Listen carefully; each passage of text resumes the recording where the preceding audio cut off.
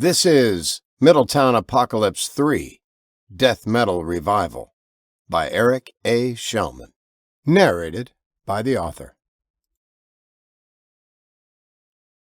Chapter 1. "Come in!" shouted John, in response to the weak tapping on the door of their green room at the Prudential Center in New Jersey. It still didn't open, and it was the third time he'd yelled. He screamed, "For fuck's sake, would somebody open that fucking door and let that idiot on the other side in?" he finally said.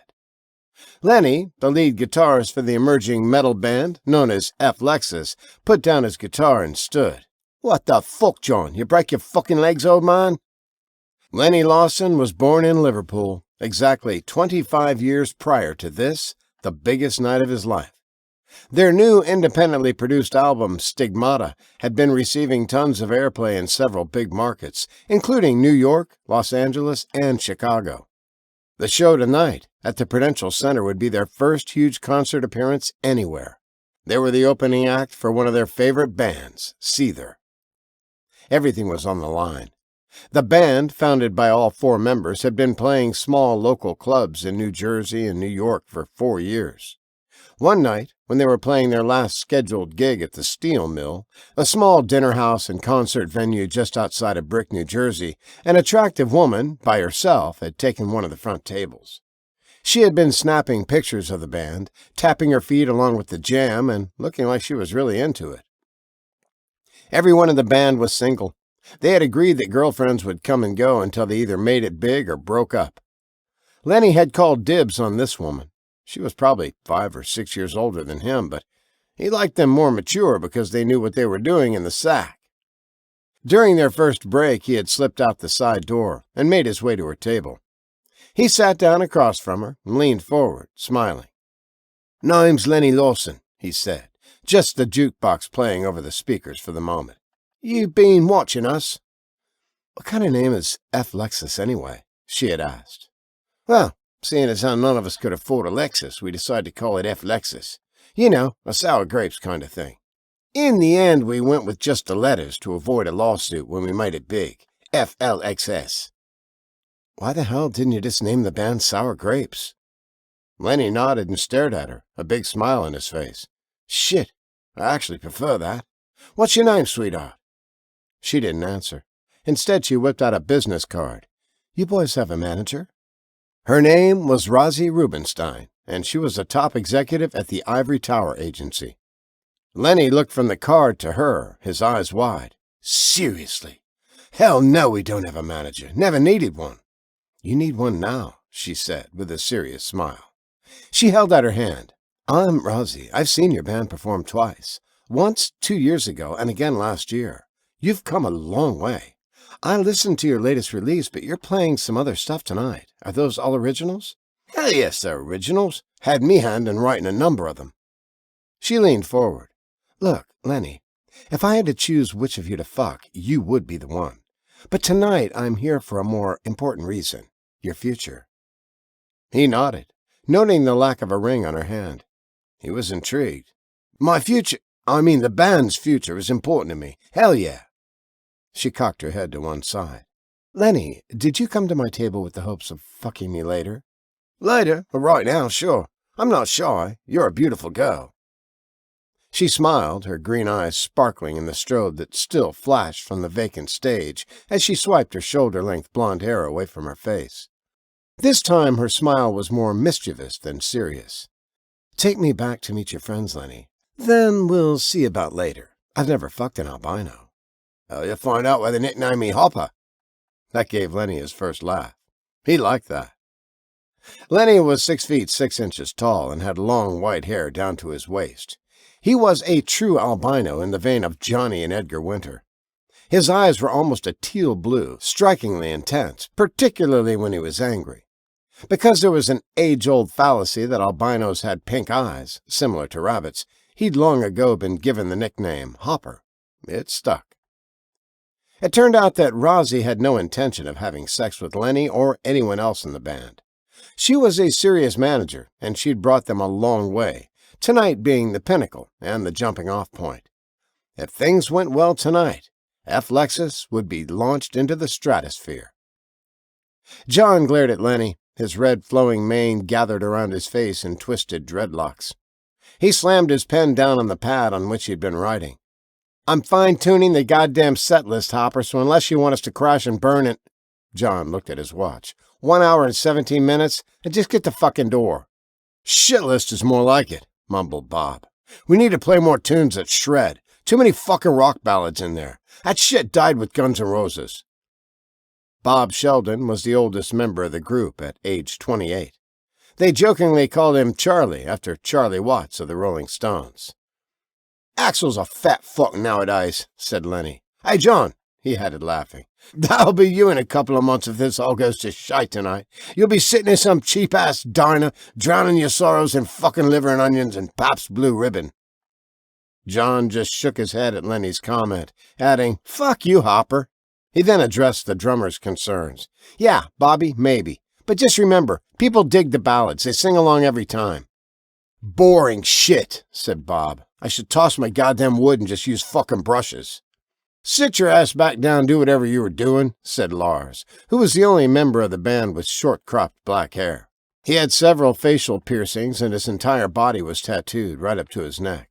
"This fucking show would be over before any one of you schoolgirls got your asses to the door." He strode to the green room entrance, reaching it as the tapping began again. Lars reached out and put his hand on the doorknob, turning it. The moment he twisted the knob, the door flew open, their manager dropping to the floor at Lars' feet, face down. "Holy shit!" yelled Lars in surprise, jumping back to avoid getting grabbed by the woman's reaching hands. "Somebody help me out, it's Rosie!" Lenny jumped up, knocking John aside as both now hurried to reach them. Lars held Rosie up, but her body was weak, almost limp. "What the hell's wrong with her?" He moved to her left side with Lars on the right, and they carried her to a winged-back chair in the corner, settling her into it. Both men knelt down. Bob and John were transfixed. "You want me to call an ambulance?" asked Lenny. "Roz, you okay?" Her head was bowed, and she shook it weakly. "The way I feel—" She didn't finish the sentence. "Do you need to rest? Is everything okay with the show? What happened? When did you start to feel this way?" Lars asked the questions fast. Finally, she leaned back, her head resting on the fabric.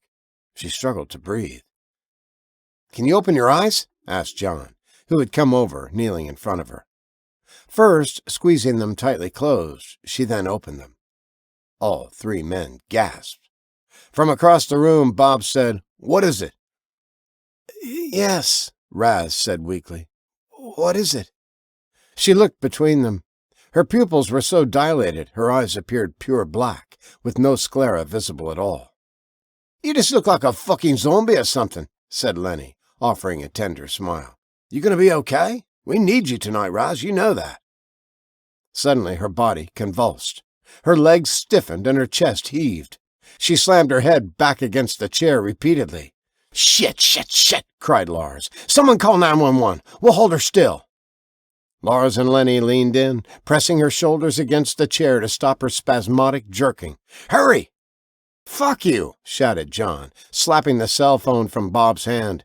"Tonight's the biggest night of our goddamn lives. Whatever's wrong with her, it's serious. If we call 911 and they come and find she has some damn communicable disease, then what then?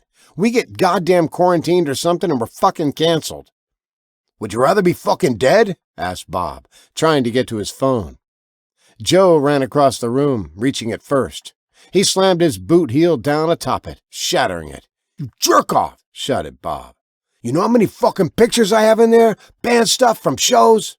"They're all in the goddamn cloud, you moron," said John. "Nobody's fucking this up." Suddenly, Razzie Rubinstein's body shuddered again, then relaxed under their touch. Lenny and Lars both let her go at the same time. The band members stared at her for 5 minutes, saying nothing. "I think she's settling," said John.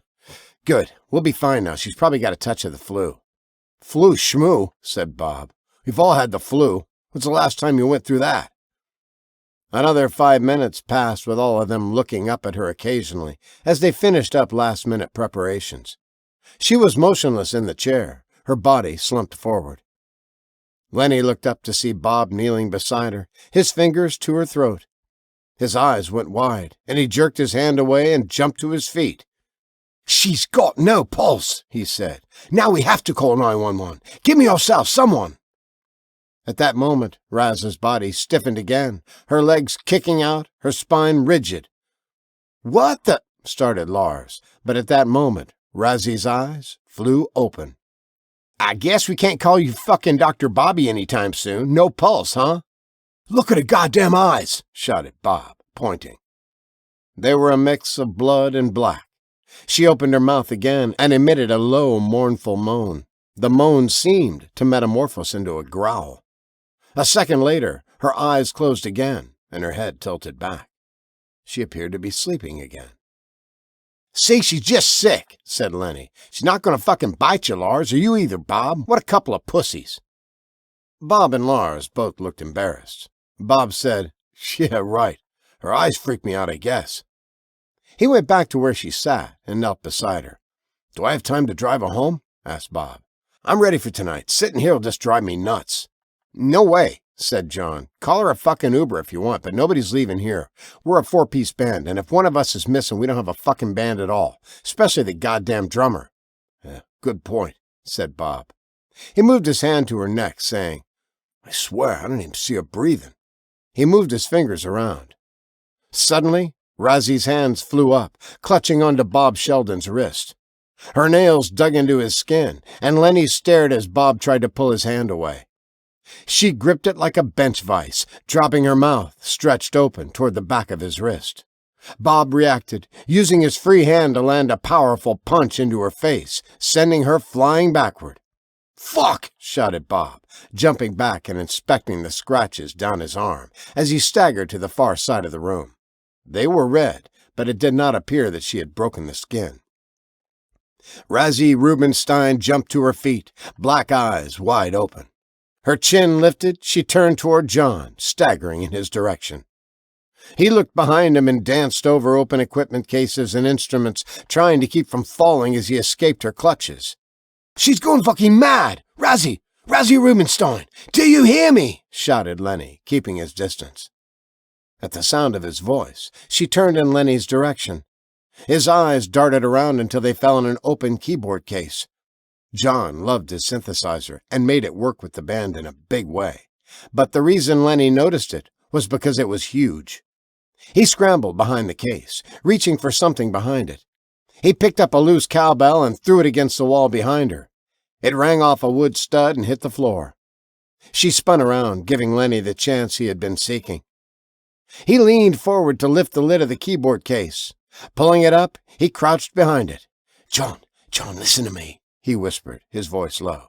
"When she comes after me, you push her down into the case. Just give her a big shove." "What?" said John. "Push her into the case. Lenny, it's Razzie." "Just do it," shouted Lenny. Hey, Razzie! Hey, over here!" She spun, then moved toward him, her body jerking unnaturally. "She's walking like a fucking zombie," shouted Lars. "Oh, great," said Bob. "She fucking scratched me and she almost fucking bit me." "But she didn't! Now!" shouted Lenny, when the crazed woman who had brought them to this point in their careers reached the case. Lars screamed, his arms pistoning outward, meeting her squarely in the shoulder blades. She toppled forward, landing face down in the large black case. Lenny hurried around and grabbed her feet, swinging them sideways and stuffing them inside. Her entire head and torso were already in, but she was struggling, twisting, and growling. She was in a semi-supine position when Lenny slammed the lid closed and quickly latched every latch, all 8 of them. He staggered to the chair where she had been sitting, saw a stain in the seat, and dropped down on the floor beside the chair, breathing hard. All of them sat on the floor in similar condition. Lenny knew their hearts had to have been pumping as fast as his. Chapter 2. They sat there for 10 minutes, none of them saying a word. Finally, Bob got to his feet. "So, what now?" "What now? You hear that fucking crowd out there?" Lenny looked at his watch. "We've got about 30 minutes until we hit the stage for the biggest show of our lives," said Lenny. "Bobby, can you still play?" Bob inspected his wrist. "She goddamn cranked my arm and hurts like a bitch. I'll have to wrap it, but yeah, probably. There's no way we can do this to Rozzy." Lars jumped to his feet, interrupting Bob. "Do you get how rare a chance like this is? Look, Rozzy's dead or dying or something," he said. "That means we basically don't have a manager anymore, and nobody's kicking down our door trying to move in on Ivory Tower to represent us." "We have to leave her here until the show's over," said Lenny. "It's the only option we have." John shook his head. "And what the fuck do we do if she dies? No matter how this show goes, none of it will matter at all if we're all in prison." Everyone looked at one another. Lars's eyes fell to the poster for the concert that they'd taped to the mirror, showing Seether and F. Lexus for the first time on the same stage. Lenny noticed and got up and went to the mirror. He tore the flyer down and wadded it up. "This is what you want. If we call 911 now, this wadded paper will be the only memory we have of this." Bob shook his head. "Jesus fucking Christ, Lenny. I'm saying this goddamn show is all we have," yelled Lenny. "Rozzy was tits at getting us great gigs. If we fuck this show up or we bail altogether, we have shite." Lenny looked at everyone. "I guess a few hours in that box won't hurt," said Bob. "Maybe it'll even be safer for her. It's not airtight, so she can breathe okay." John tore his eyes from the latched equipment case containing their manager. "It's settled then," he said. "Boys, we open for Seether tonight. 18,000 people will pack those seats. They'll tell their friends, and a shitload of people will buy our record after tonight. For now, we shut up about this. We wipe the case down and play dumb, maybe slide it out into the hall and act like we didn't know how it got there. I doubt Rozzy will remember any of this, even if she does come out of it somehow." It was settled. None of them was certain it was the right thing to do, but nothing had ever been this important before. They all agreed. The show had to go on. Despite the lingering pain in his wrist, Bobby Sheldon tapped his drumsticks together 4 times, and the show began. They plowed through their opening song, Bloody Fingers, and carried it into a crazy jam that went on for more than 5 minutes. The crowd was shifting around at first, getting up to get fresh beers, moving around to see friends. But by the time Lenny raised his Stratocaster and started shredding, they settled in and started screaming along, heads banging, horns on every hand. They transitioned into a ballad to give the crowd a chance to settle, the strains of Sisters Gone, a haunting ballad John had written about a friend's sibling who had sunken into heroin addiction, filling the arena. The crowd grew quiet, but attentive. With 3 taps of the sticks, they launched into Off the Rails, a song Lenny had written. He had always admitted it had little lyrical value, but intense guitar and drum solos made up for it. The crowd surged toward the stage by the time they hit the chorus. From his elevated drum kit, sitting on a 5-foot platform above the other band members, Bob held nothing back. When his solo and Off the Rails ended, he looked out at the crowd. Something was happening in the middle of the floor. He had believed it to be a mosh pit at first, but it was different. He'd seen pits. They could be brutal, and you didn't hit the floor unless you were letting everything go. Bob saw blood, or he thought he did. The lights were bright, but as the spots revolved away from his eyes and washed over the crowd, his hands hesitated, and he lost his rhythm. John spun around, the mic in one hand and his other raised to his head like, "What the fuck is wrong with you, man?" The lights spun again, blinding him for the moment. It had to be a trick of the light. Maybe red glitter was being thrown around. Rozzy's condition had freaked him out, and he was overreacting. As planned, they let the last notes of Rails blend right into the staccato drum beat of Gods and Monsters, a heavy rock ballad that never failed to get hands in the air and voices joining in with the infectious lead and backup vocals. This time, Bob knew it wasn't his imagination. A girl came barreling through the crowd, plowing through them, her head down. Behind her was a man in a blood-soaked T-shirt, grabbing and biting everyone who came near him. The girl was out of danger now, but she kept running. She could have been no more than 18 years old, and when she reached the front, she clambered up onto the stage and rushed John, who had his back turned. Bob quit playing and jumped from his stool, but by the time he descended the stairs on the back of the platform, the girl was on top of John, her teeth sinking into his neck. She tore at him as he flailed, beating at her with his microphone, but to no avail. John staggered across the stage, barely staying on his feet, the girl now biting into the left side of his face, ripping a long flap of skin away. Blood ran in rivulets down his body as he tried to extricate the girl from his face.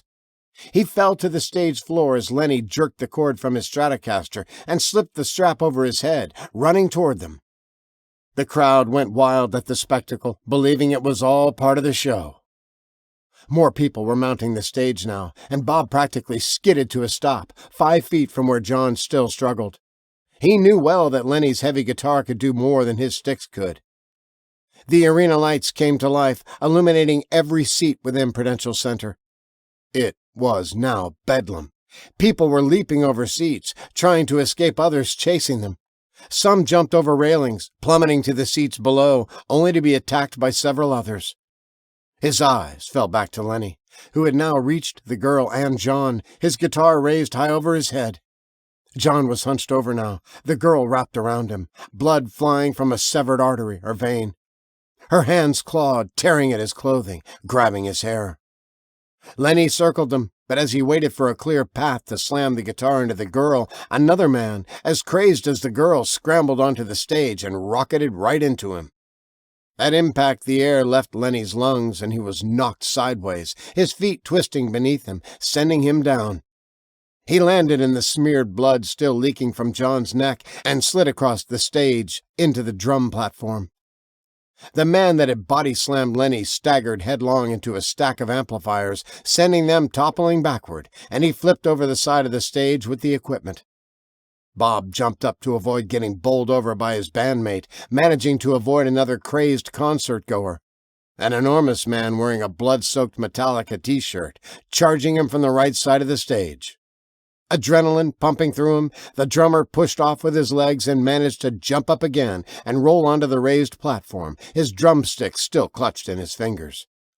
Below him, lying prone against the drum platform, Lenny tried to shake off his haze.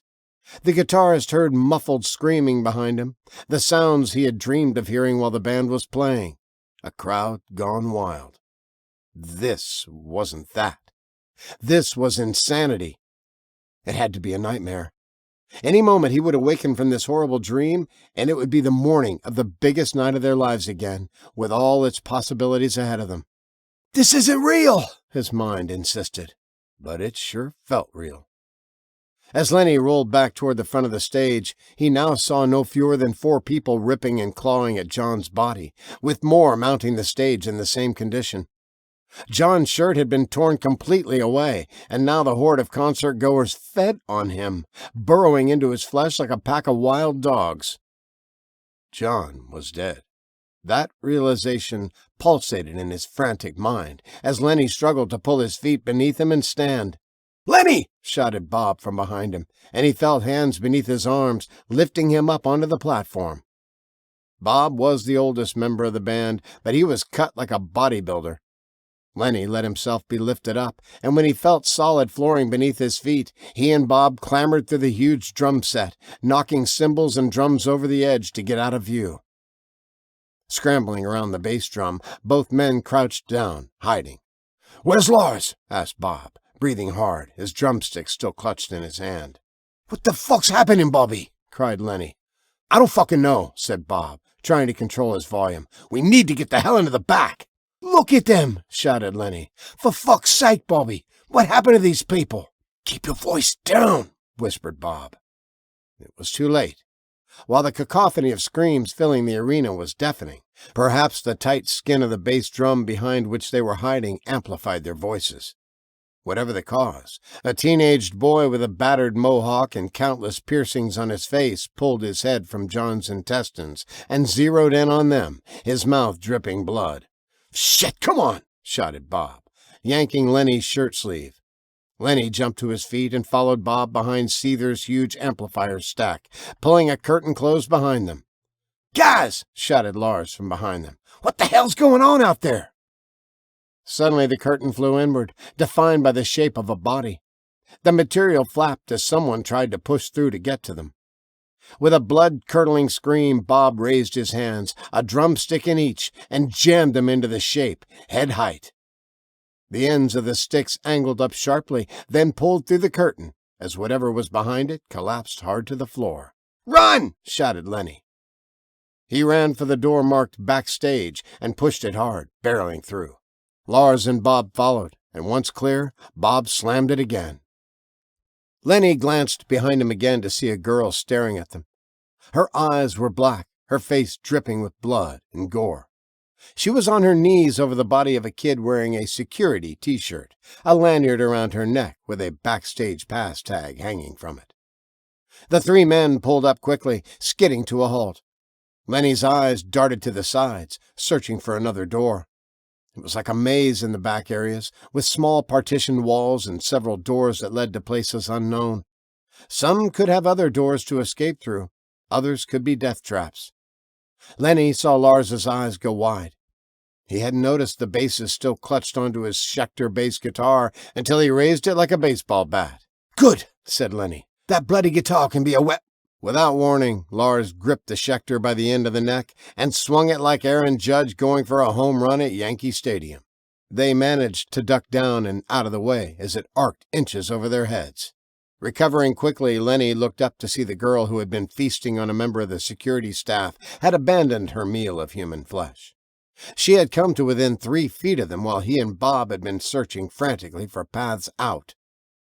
The solid body of the bass hit the girl's temple, snapping her neck with a solid crack.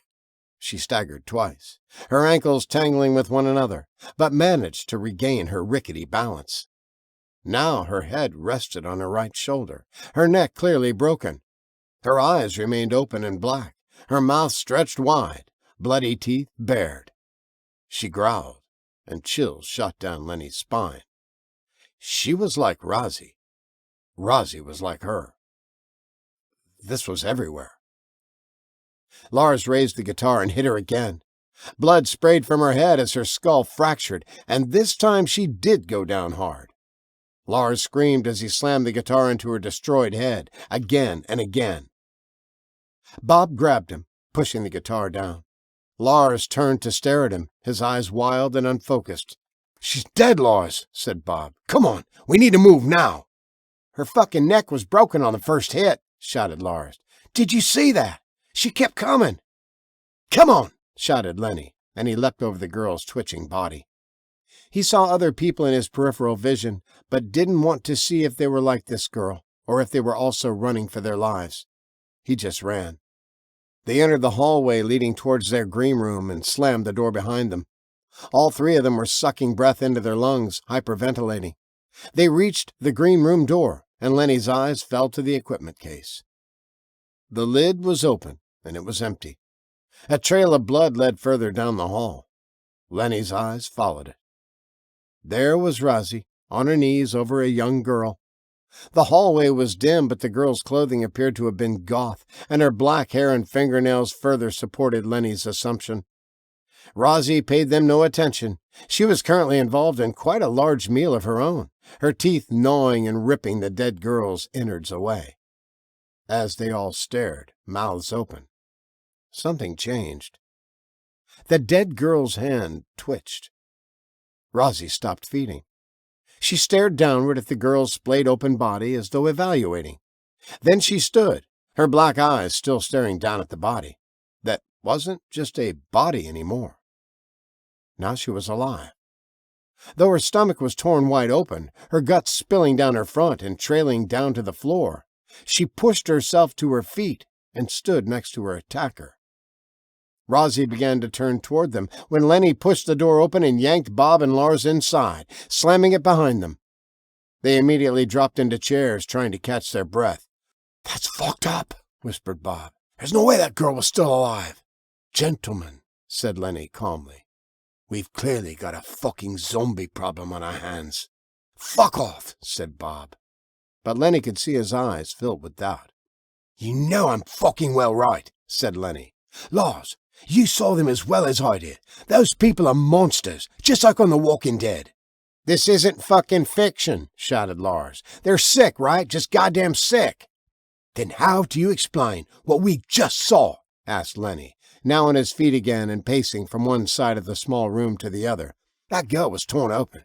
She got up, and fucking stood next to the woman that was munching on her bloody intestines, sassy as could be. They fell silent, the sounds from outside closing in on them. While in the middle of it, the screams and cries from the arena had faded into the background of their terror. Now, it sounded like an all-out massacre. Chapter 3. More and more sirens blared in the distance. Not just one or two. It sounded, even through the thick walls of the Prudential Center, like 1,000 emergency vehicles activated at once. Outside, it must have sounded like the world had come to an end. Maybe it had. Inside, it had. "Fucking horrible what happened to Johnny," said Lenny. "Can't get that goddamn picture out of my brain." He looked down at the sticky blood all over his clothes, then pulled his shirt over his head and tossed it in the corner. "Fucking horrible," he repeated. "But not just Johnny," said Lars. "Do you see all those people out there? Half the crowd was attacking everyone else." Bob said, "I thought it was a mosh pit at first. I started really getting into the rhythm and felt like we were playing like never before. And I saw the blood. I wasn't sure what was going on then. Thought 1 or 2 people got hurt." "That's exactly what I thought," said Lenny. "One of those fuckers bit me. Fucking hurts." He extended his leg and the bite was clear on the outside of his right ankle. "I didn't even fucking notice when it happened. Had a bit to occupy my attention, I guess." "Which one bit you?" asked Bob. His eyes narrowed with concern. "I'm pretty sure it was that fat fucker who slammed me into the drum thing. I went down and he got me." Lenny bent down to inspect the bite. Something moved within the wound, then disappeared beneath his skin. "What the fuck?" he exclaimed. "Did you see that?" Lars said, "No, what?" "Some shit like a worm or something. It was in the bite, right on the raw meat." "Well, hold it up," said Lars. "I'm not going to get on my damn knees." Lenny held his leg up for Lars's inspection. "There," said Lars. "I saw it," he said, his eyes meeting Lenny's. "It had little tap shoes on and a clown hat, and when I listened very carefully, I heard it play a tiny calliope." Lenny jerked his leg away. "Fuck you, asshole. I saw it. What the hell are we going to do?" Lars dropped his face into his open palms for a moment, shaking his head. A second later, he lifted his eyes to Lenny. "Sorry for fucking with you. You feeling okay?" he asked. "Yeah, except for the sting. Why?" Lars looked embarrassed for a moment, then nodded toward the door. "'Cause it kinda seems like those are zombies out there." "You are kidding, right?" asked Lenny. "Seriously, I was just joking earlier. Zombies don't exist and they can't exist. It's not physiologically possible." "Whoever thought Lenny Lawson would ever attempt to be a voice of reason?" asked Bob. "But he's fucking right and we all know it. Zombies are fiction, so right now, we're just locked in a green room in an arena filled with people sicker than I've ever seen before. Just sick, that's all." "No, they're fucking delirious," said Lenny. "Okay, they're sick to the point of delirium," said Bob. "I'll give you that." "Well, thanks for that, Bobby. So based on what we saw and experienced out there, it's a goddamn plague then. You both saw that crowd. A shitload of them had whatever it is. What's this place hold anyway?" asked Lars. 18,000 for concerts," said Bob. "Sold out, too." Everyone sat in silence, staring into space as the arena and the city beyond their single door went mad. "I have to get to my mom and sis," Lars finally said. "They have to be scared to death." Everyone knew his father had left them after Lars had pulled a knife on him 5 years before. Lars's sister Lily had just turned 2 at the time. She was 7 now, and idolized her older brother. It was rare not to catch her wearing an oversized F. Lexus t-shirt as her pajamas each night. The beginning of the end happened when Lars came home from the band practice to find his father, Eli Zander, beating his mother, Jillian, with a thick leather belt. Not the strap, the buckle. Upon seeing his mother's bruised and battered face, Lars said nothing to his father, nor did he yell or otherwise attempt to stop him. Not right then. Instead, Lars stormed into the kitchen, searched the drawers for the biggest, sharpest knife he could find, and he ran into the living room where his mother was lying on her back. He held the gleaming blade high. When he told his father to get the hell away from his mother, he had turned. Lars had pondered the look he'd seen in his dad's eyes for the last time, but Lenny recalled how he had later described it in detail. Mr. Zander didn't see anything. His eyes were filled with rage, blinded by it. As though he didn't even notice the knife clutched in his son's hands, he drew back his fist to swing on Lars. But Eli Xander's son drew first blood, aside from what his father had spilled of his mother's. He arced the knife sideways through the air, slicing the inside of his father's forearm, severing a vein. It had spurted more blood than Lars had ever seen before. Eli panicked. Lars did too. He dropped the knife and ran, never looking back, his mother forgotten for the moment. When he returned home the next day, his mother had told him the story. His father had left them all. Lars had said he knew it was for the best, but nobody believed him. He'd always tried to impress his old man, no matter what an asshole he was. So now he was concerned about 7-year-old Lily and his mother, Jillian. "About that," said Lenny. "I'm afraid they're out there." He indicated toward the door again. Lars stared at him. "What did you say?" Lenny stared at him, seeing his friend's rage. "Lars, man, I was surprised you didn't know. I thought you did. I didn't think there was any way your little sis would be able to keep the secret in." Lars charged him, drew back his fist, and punched Lenny in the face. His nose exploded in a bloody spray as he toppled backward out of his chair. "Why the fuck didn't you say something the second we got in here? I might have been able to go find them." Lenny lay on his back, blood running down his mouth and chin, staring up at Lars. He didn't have an answer. The whole arrangement had been a secret. Lars's mother had asked Lenny if he would give her and Lily his comp tickets, since Lenny's entire family was in Liverpool. Each member of F. Lexus was allowed 4 comp seats, and he didn't know any friends he liked well enough outside of the band to give them to. So he'd given a pair to Jillian and Lily Xander. "What the hell, man?" asked Lars, looking between them. "Come on, what were you going to say, Lenny?" "I don't know if they were here yet," he said softly. "Your mum asked me, and I didn't have anyone to give them to, so I gave them to her, for her and Lily to come." "You don't know if they were here? We're the fucking warm-up band? When do you think they'd get here? After the fucking show? Of course they were here. They are here." He turned and ran to the door. He spun the lock on the knob and pulled it open. Lenny leapt up and grabbed his shoulders, pulling him backward. Bob stood but did not join the fracas. Lars, who stood 6 feet 4 inches tall, threw his right elbow out, catching Lenny squarely in the mouth, shattering his front teeth into jagged fragments. Blood poured down his chin as he released Lars and staggered away. Lars disappeared into the hallway. A few seconds later, another door slammed against the wall, and Lenny knew he was as good as dead. "The door!" The thought struck Lenny the moment he heard the slamming in the distance. He spun around to see Rosie and the disemboweled girl coming toward them, deep guttural moans and growls coming from their throats. More specifically, they moved toward Bob. Lenny's eyes darted around, looking for anything to use as a defensive weapon. There was only the chair in which he'd been sitting and some empty equipment cases, nothing big enough to hide inside. "Lenny!" shouted Bob, who had pushed himself back against the wall as the dead-eyed women advanced on him. "Do something!" "Hey! Hey!" shouted Lenny, jumping up and down, holding the metal-framed chair out in front of him. They both turned their faces toward him. Rosie's was horrid, with blood and chunks of meat matted on her face, from forehead to chin. Her eyes were strange.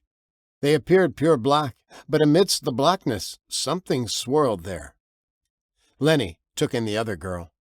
Her sclerae still held some white, but black things darted across them so quickly, Lenny wasn't sure he'd seen them at all. "Like worms," he thought. "Like the thing I saw dart beneath my skin near the bite." Lenny shook it off, backing away as the 2 women shuffled toward him. They were not moving quickly. It was as if their coordination was off. Yes, zombie-like, if he had to describe it. The girl appeared to be about 22 years old, and she was still pretty even in her ruined state. She was blonde and thin, and Lenny thought she looked like a young Kate Hudson. If Kate Hudson was in the habit of running around with cannibals and allowing her insides to drag along the floor at her feet, leaving horrid trails on the floor. These thoughts passed through his mind in seconds. "Fucking hit him, Lenny!" shouted Bob from behind him. Lenny snapped out of his momentary lapse and rushed toward them, swinging the chair in a horizontal arc with all his strength, which had been waning. He caught the girl just right, or so he thought. The chair was heavy, with hardwood legs. As it smacked the younger girl's face, it snapped her jaw so violently it tore half of her mandible from her face, leaving raw meat hanging by ragged threads of sinew. Her bottom jaw now hung open wide, her chin dripping blood as it rested against her chest plate. She truly looked every bit the part of a monster now. As the chair carried through, it hit Rosie, knocking her backward into the dressing counter that extended the width of the room, behind it a mirrored wall. Bob scrambled to the other side of the room, and now crouched there, almost hyperventilating. He said nothing. Lenny had released the chair at the end of his successful swing, and in 3 steps he was beside his friend. They both pressed themselves against the far wall, their eyes scanning the room for some way, any way out. "We should make a break for it," whispered Lenny, his heart a jackhammer in his ears. "That door leads to backstage, Len. It's probably overrun by now." Lenny looked at him, then glanced quickly at Rosie and her former meal. They had shuffled halfway across the room and were closing in. "What?" "Fucking scaffolding, Bobby. Come on, we can wait this shit out." He got up and ran out the door. Lenny knew he would not have stopped, even if Bob hadn't followed. He did not intend to die by being attacked by 2 flesh-hungry women. Fucking zombies. No goddamned way. He reached the closed door, and, breathing hard, he put his ear to it and listened. The cacophony of sound in the building had not waned at all. "Is it clear?" Bob said, glancing behind him. Lenny did too. Rosie and the girl had just stepped out of the green room and were now staggering toward them. "I don't fucking know. I can't hear. We have to take the chance, Bobby." He yanked the door open and charged into the corridor leading to the stage. "The ladder. It's just up here. Follow me." Lenny ran with singular focus. His eyes found the ladder, and he told himself not to look around. Screams came from all around him, but there were black curtains on both sides of what was essentially a catwalk, part of the stage setup. He reached the ladder and practically jumped up 3 rungs to begin his climb.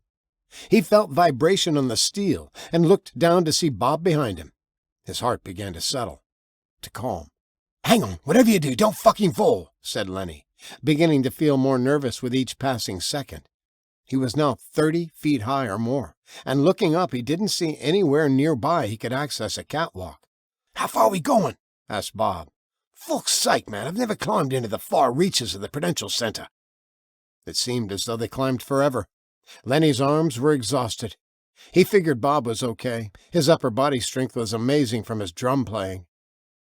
The house lights were still on bright, and when they looked down they could see clearly. They were high. Really high.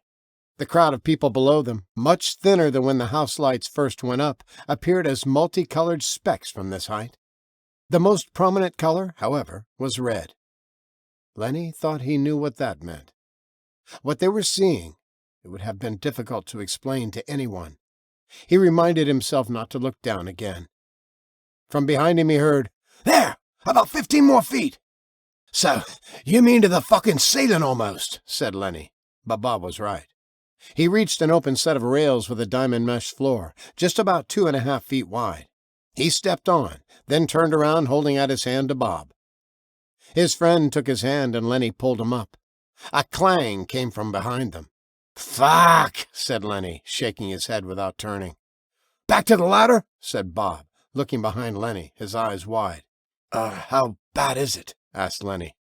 3 men, wearing the same color shirts and pants. They're walking weird, but it's also pretty high, so maybe they're just scared. Don't move." Bob whistled, shouting, "Hey, you guys know somewhere we can hide? It's crazy down there." Lenny stood, his eyes squeezed closed in a pseudo-prayer, still hoping to hear the men bark an order for them to get the hell off the catwalk, that it wasn't for the public. That would at least tell them they were okay. Bob said, "They're probably lighting guys or something." "Yeah? Well, they're not answering," said Lenny, turning around. The men were about 40 feet away and closing. Sure enough, they walked just like Razzie and the girl had, staggering, unsteady. They were also sick. The screams and snarls coming from below threatened to drive Lenny insane.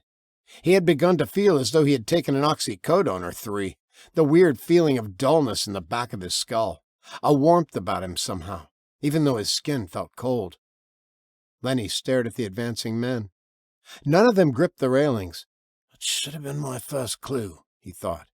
Maybe Nick Wallenda didn't need to hold on this high up when he walked the wire across the arena, but any normal person would.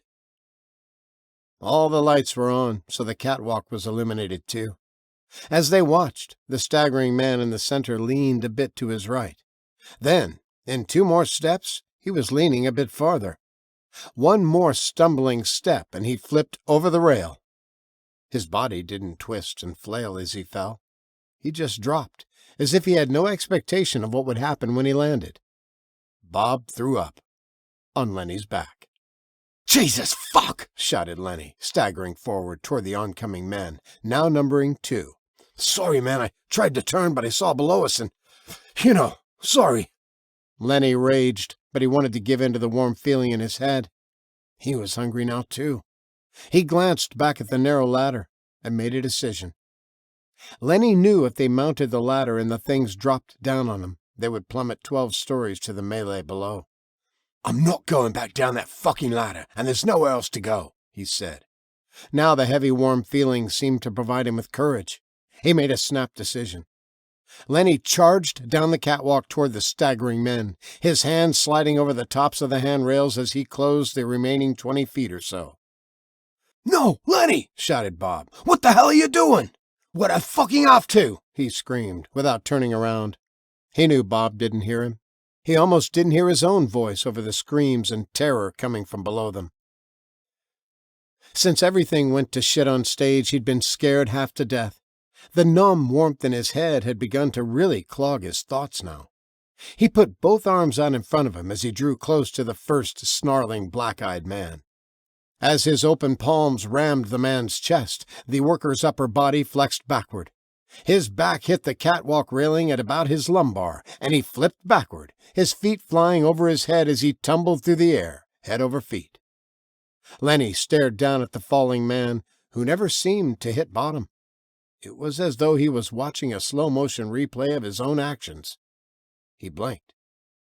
The man wasn't in the air anymore. He must have landed and was consumed by the shifting sea of bodies below. He realized he was just standing there, gripping the railing, staring down. His sense returned. He looked up to see the other man right beside him. He was about Lenny's height, with a mostly bald head, a single ponytail in the back. His mouth hung open, and there was evidence of what he'd eaten in his teeth.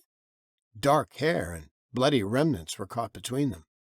His eyes were open wide and undulated like worms swimming in crude oil. "Len!" shouted Bob.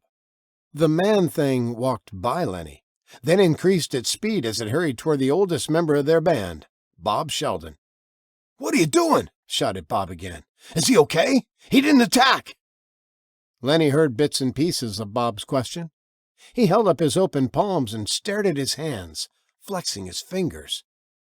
They were stiff. He looked up and saw the thing that had passed him was almost to Bob. Lenny ran. He forced his legs forward, a loud scream coming from somewhere behind him. He pushed through, though it felt as if he were plowing through a vat of molasses, and he finally reached the uniformed man, who was now only 5 feet from his bandmate. Reaching out, Lenny hooked an arm around the man and yanked him sideways.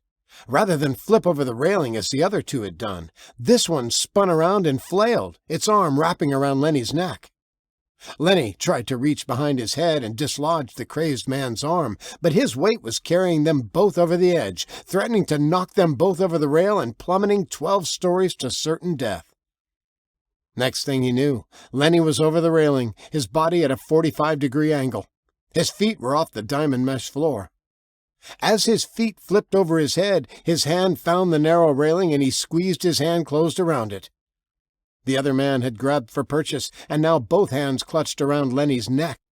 Lenny hung from one hand, his shoulder popping and stretching, threatening to rip his arm from its socket.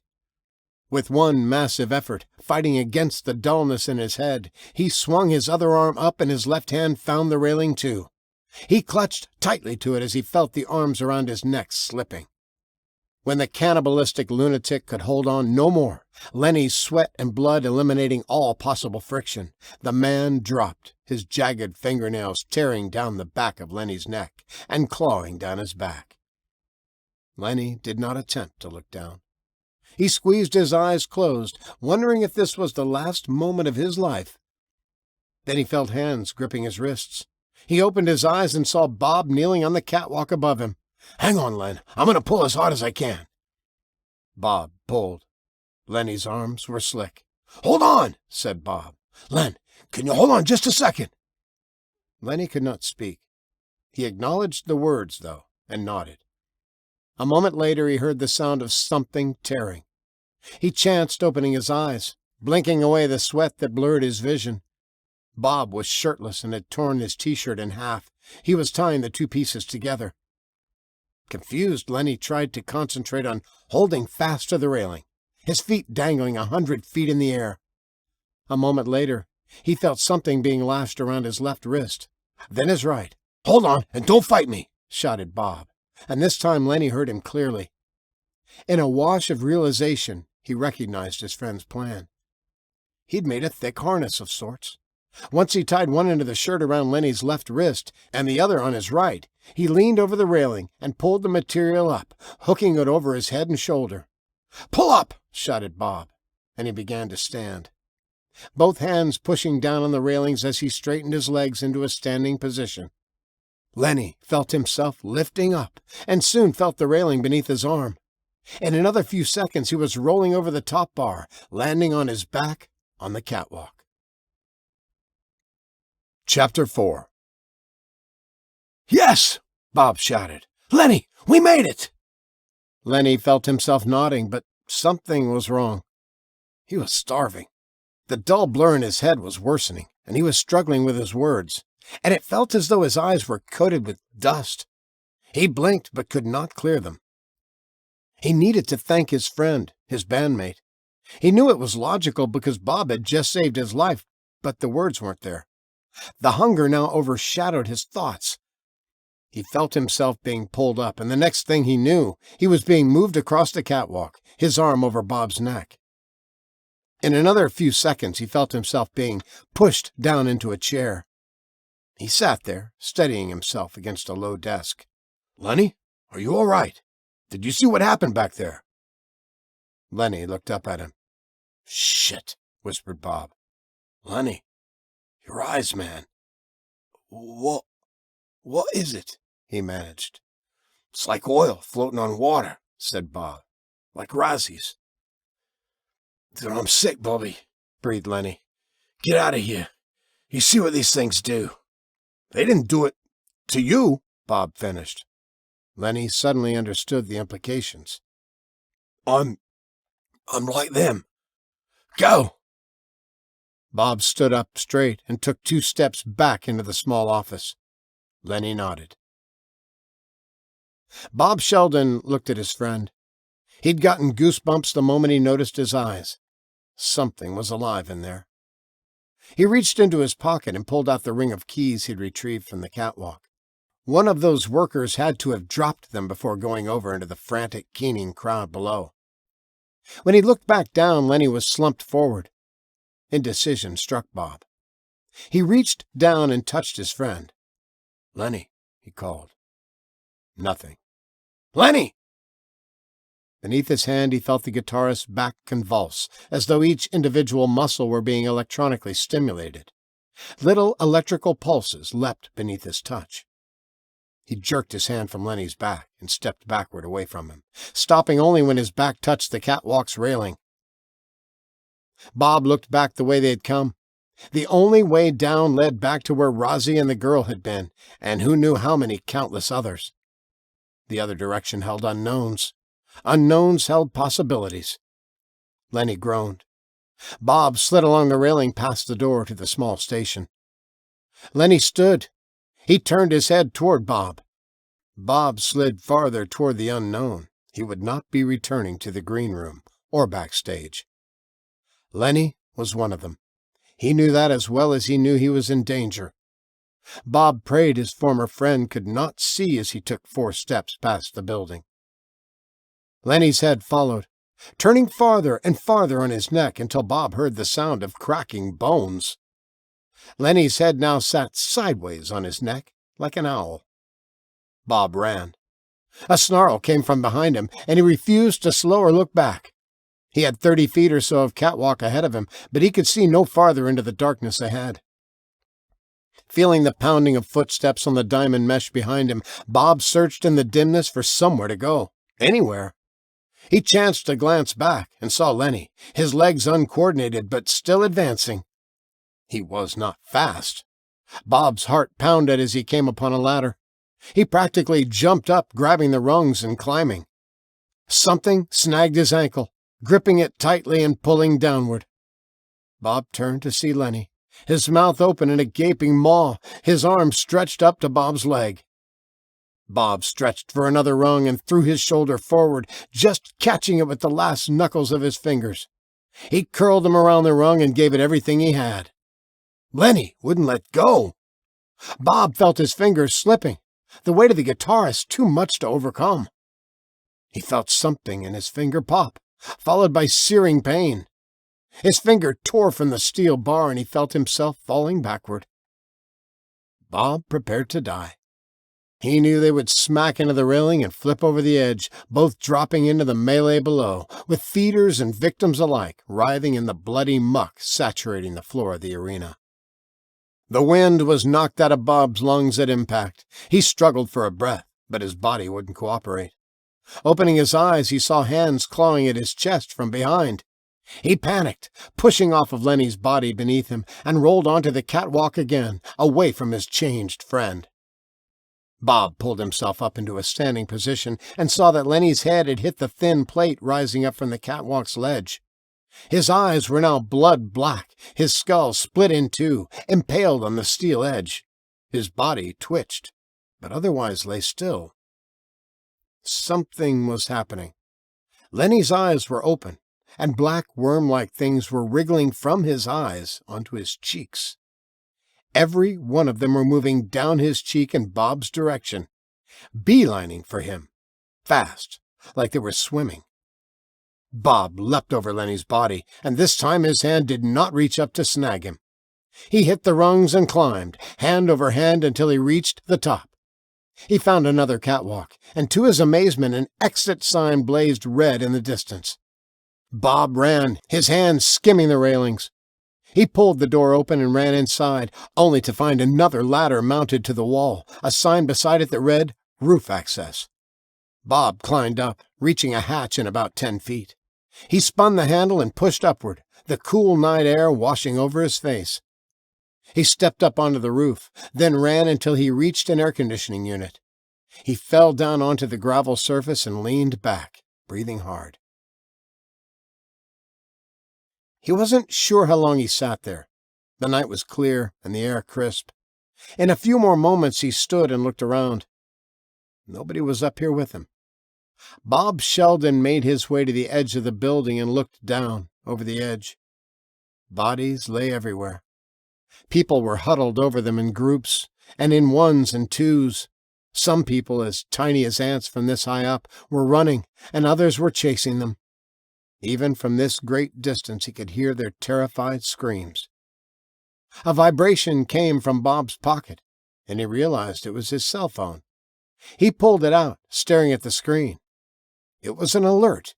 It read, "Major outbreak at XN Pharmaceuticals. Government quarantine issued. Stay in your homes. Thousands of people infected and considered to be contagious and extremely dangerous. Repeat." Bob stared at his phone. The XN building was next door to Rosie's offices at the Ivory Tower Agency. Now it made sense. He recalled that XN Pharmaceuticals was mentioned in a news story he'd read the day before, involving a city in Indiana. Middlebrook or something like that. A university had some incident. Maybe it was the same as this. Bob felt his other pocket. He wore loose pants with deep pockets when they played. His drumsticks fit all the way inside. He reached into his pants pocket and pulled them out. Not much of a weapon, he thought. Kneeling down, the gravel digging into his knee, he lodged the bald tip of the drumstick beneath the AC unit and bent it upward until it splintered, then snapped. Bob Sheldon held the broken stick up to his face, evaluating it. It was sharp enough. He repeated the process with the other stick. It wasn't enough. He needed real weapons against these things. He made a quick decision. Walking back to the hatch, he bent down and slammed it closed. He lay down on the gravel roof and stared up at the distant stars, obscured by the bright lights of New Jersey and New York. He didn't know that in a few days the cities would be dark.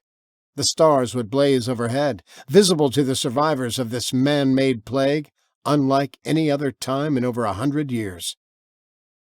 Bob awoke later. It was still dark, and he didn't wear a watch, so he had no idea what time it was. The beating rotors of a helicopter awoke him, and he sat bolt upright. Jumping to his feet, he leapt and waved at the chopper, running to the west edge of the building. Rather than seeing him and attempting a landing atop the Prudential Center, the whirlybird flew headlong into the stark white side of the Hotel Indigo, bursting into a ball of flame and breaking into 1,000 burning pieces that rained down on the street and the madness below. With the destruction of the helicopter, Bob's will evaporated.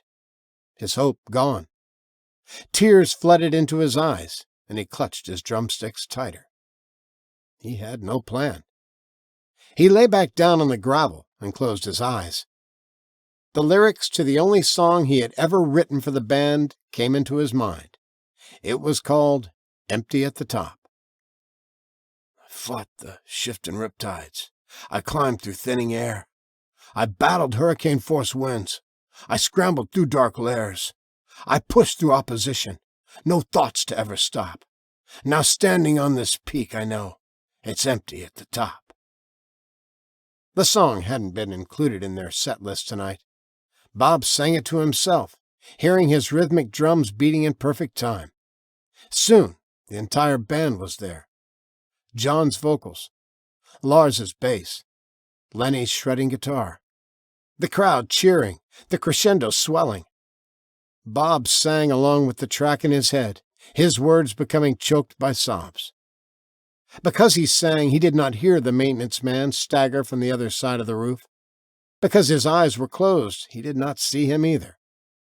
By the time he felt the new creature's teeth sink into his neck, it was too late. He continued to sing until the language of humanity was his no longer. This has been Middletown III, Death Metal Revival by Eric A Shelman. Narrated by the author. Copyright 2017 by Eric A Shelman. Production copyright 2024 by Eric A Shelman.